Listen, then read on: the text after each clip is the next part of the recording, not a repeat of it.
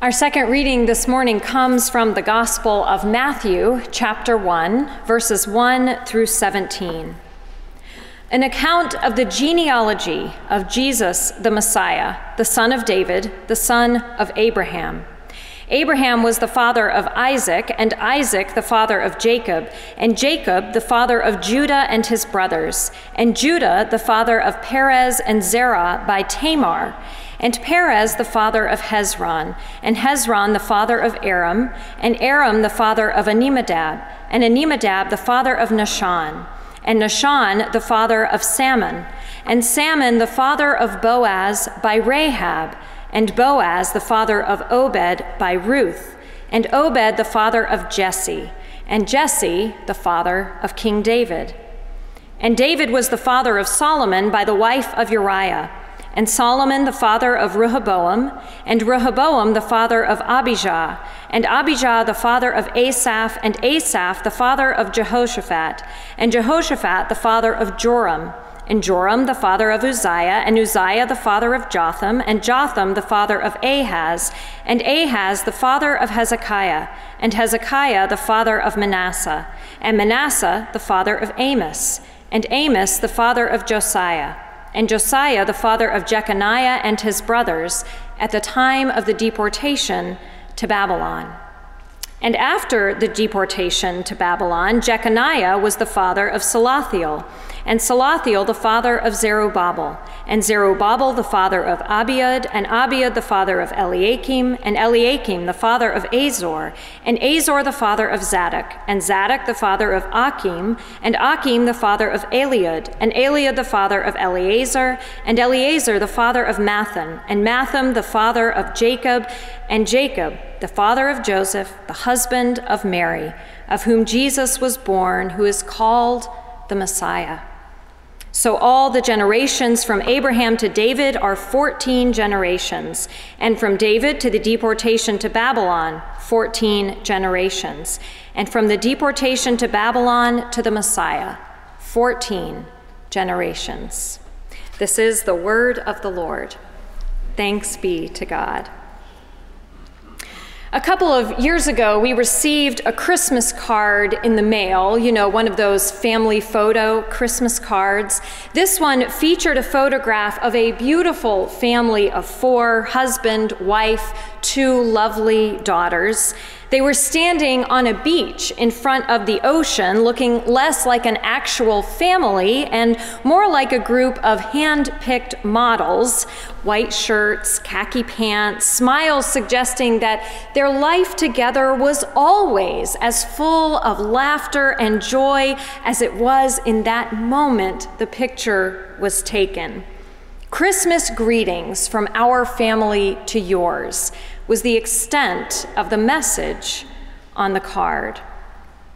The thing about this card and this family, though, was that our family and theirs were close friends. We'd spent a lot of time together over the years. We were close enough that we could use the back door of their house. We could show up even when they didn't know we were coming. Close enough that we'd seen that house at its most disorganized and unclean. Close enough to have witnessed them fighting at the dinner table as the parents tried hard to enforce their no devices at the table rule. Close enough to know that the mother in this family had been nearly undone by grief that year when her own mother died suddenly. Close enough to know, without a doubt, that their family life was as chaotic as everyone else's, if not more. It was wonderful to see this picture in which our dear friends looked so perfectly happy and so perfectly perfect. But I couldn't help thinking there was something a little disingenuous about it. And after receiving that card, I looked at every family photo Christmas card a little differently. Somewhere along the way, we have decided that Christmas should be the time of year when we dress up our families and our houses and our churches and do everything we can to show off our most beautiful, most polished selves. Yet the actual events we commemorate at Christmas are so very unscripted, so incredibly unpolished. Jesus was born out of wedlock into poverty, the son of a barely teenaged girl who didn't give birth in the comfort of her own home with her mother holding her hand, but in a strange town, in a stable, with animals for a nursing staff. We're not the first to try and make it more palatable, of course. For centuries, paintings and sculptures of Mary show her smiling down at the baby Jesus, both of them looking wise beyond their years. And there are countless depictions of the Nativity with both Mary and Joseph gazing at the sleeping baby Jesus, who looks as though he has not and will never cause his parents an ounce of trouble. Case in point. If only we would begin where Matthew begins, by looking back at our past, I have a feeling we might be willing to represent this story and our stories a little differently. During this season of Advent at Covenant, we're looking at the beginning of each of the Gospels and asking what they teach us about our part in the story of God's encounter with humanity in Jesus Christ. Matthew's Gospel begins with a genealogy, and as boring as those 17 verses might seem, there's a good reason for it. Matthew is writing for a community of Jews who believe that Jesus is God's promised Messiah, the one they have been waiting for. By beginning his gospel with the list of ancestors from Abraham to Joseph, Matthew is establishing right at the beginning something critical for his audience, that at least by adoption, if not by blood, Jesus is indeed of the line of David, the king from whose lineage the Messiah was prophesied to come. Matthew begins by looking at the past. But if we look closely at the people Matthew includes in his genealogy, we realize he didn't just do his research and make a list of all Jesus' ancestors. Matthew uses his artistic license to pick and choose which ancestors to include. And the ones he chose reveal a lot about the history of God's people and our own relationship to our checkered past. Matthew wants to make sure his readers know right from the beginning that this is not a story about perfection.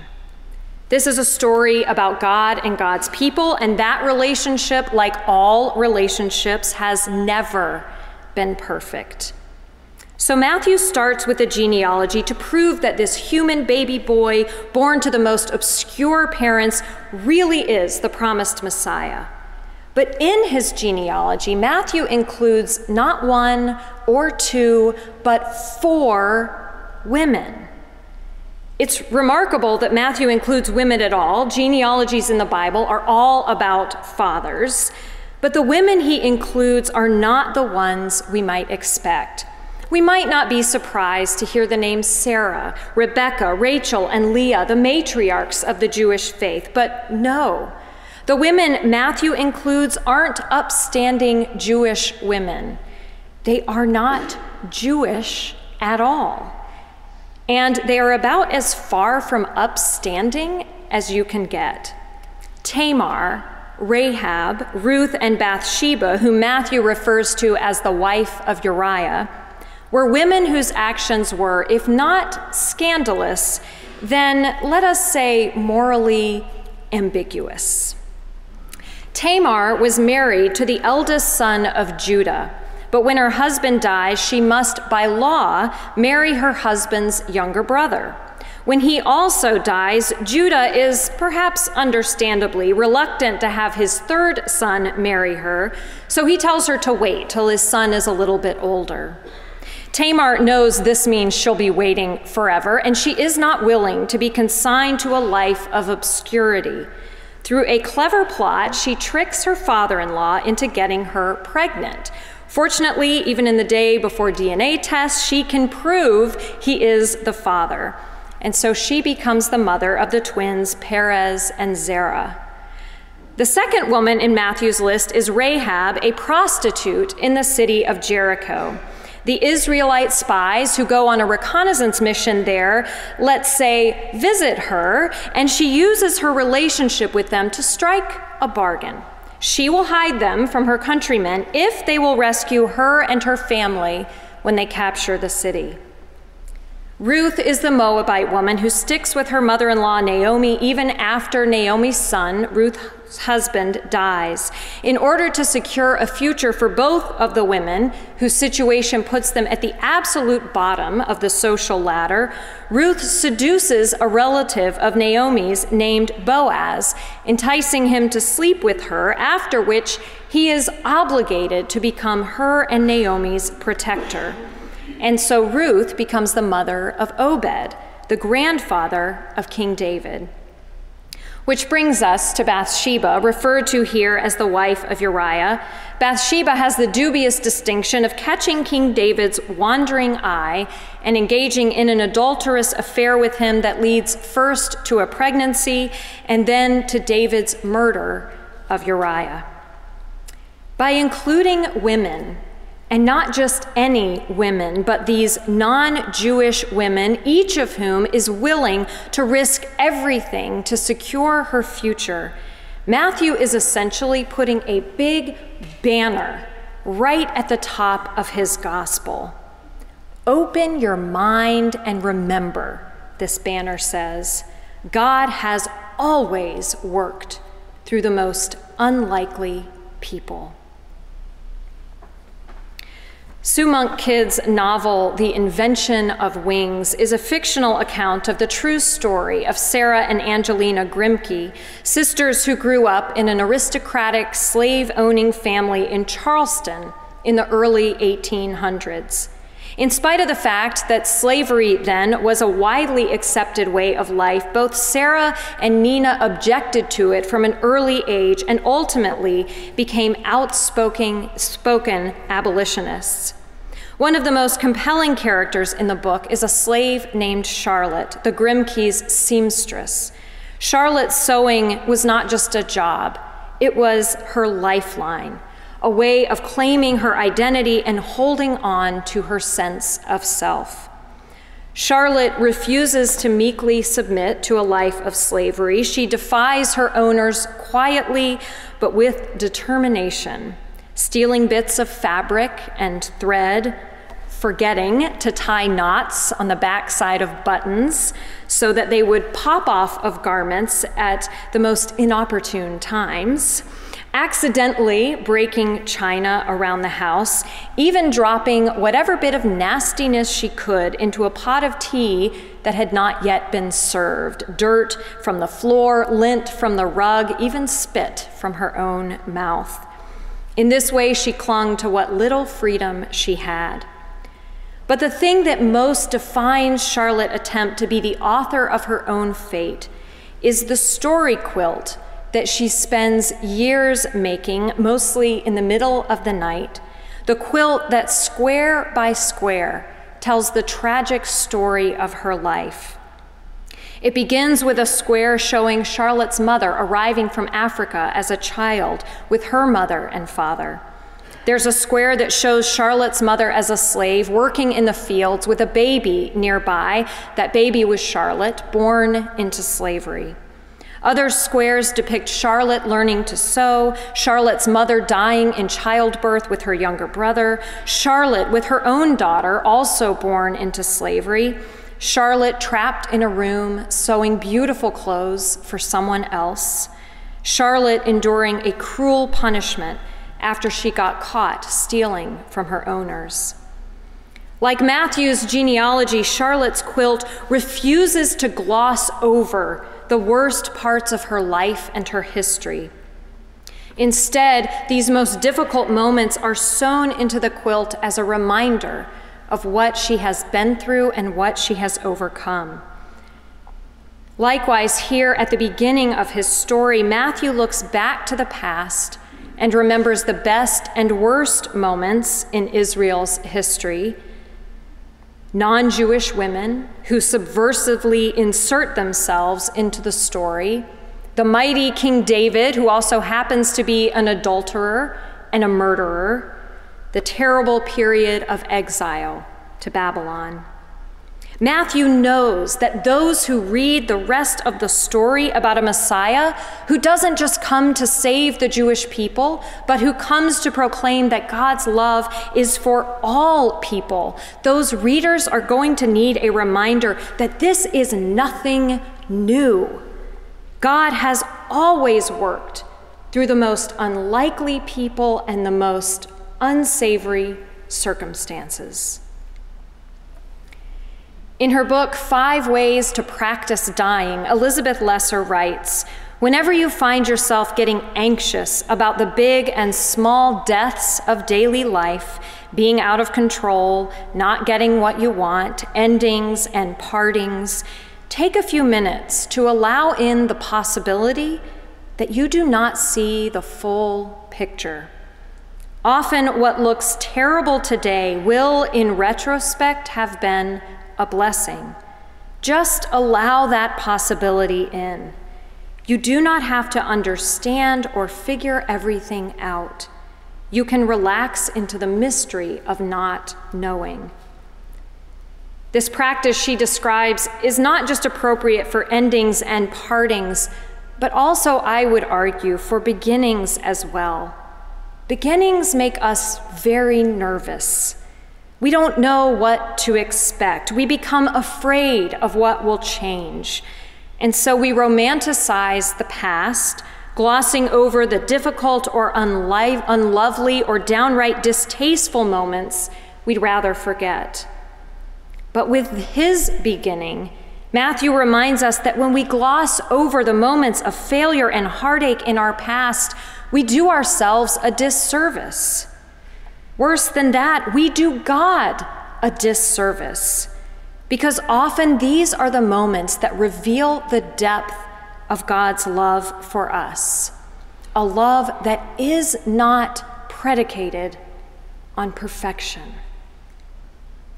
In the story that follows, Matthew knows that some of us will be offended when Jesus develops relationships with suspect individuals.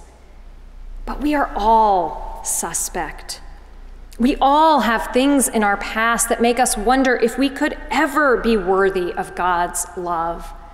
God knows this, and God knows every moment of our past, the good, the bad, and the ugly, and God keeps on loving us, keeps on choosing us to play important, crucial roles in God's ongoing love story with the world.